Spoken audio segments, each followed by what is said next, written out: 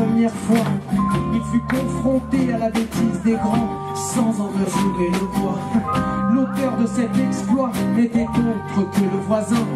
Y'en a marre, rentrez chez vous, c'est à cause de gens comme vous que le quartier est malsain.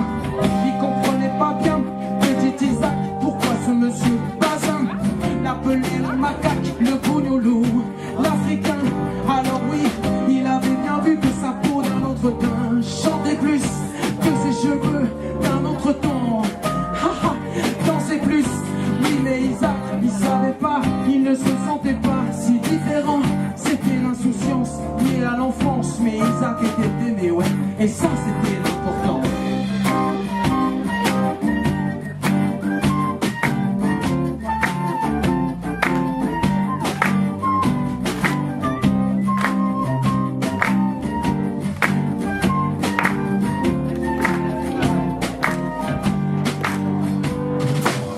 Que ce soit dans la cour ou au bas des tours, jeunesse se faisait en mélangeant des tours. Le père de Benoît l'empêchait des fois de jouer avec Adela. Ces gens sont pas comme nous, criait Monsieur Bazin.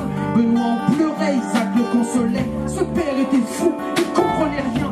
Isaac et Benoît s'aimaient bien. C'était donc la cause de son chômage, c'était donc la crise. Ces sauvages en les montrant du doigt, ce Monsieur Bazin oubliait ses vieux chagrins. Ouais, bien sûr il attendait la fin du ramadan, quand Isaac lui montait des gâteaux, des présents, impatient de goûter le couscous de maman. Et là, il les aimait bien. Ouh, comment il y a?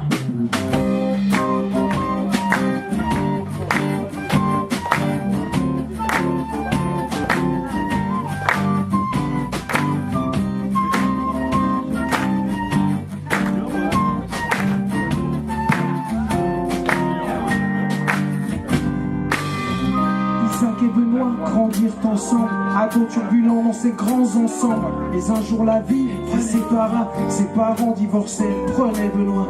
Le pauvre Monsieur Bazin ne s'en remit pas, il sombrait dans l'alcool comme il ne faut pas. C'est Isaac qui souvent le rentrait le soir, quand il le trouvait ivre du soir. Ouais, on connaissait la cause de ce naufrage, c'était donc ça la crise.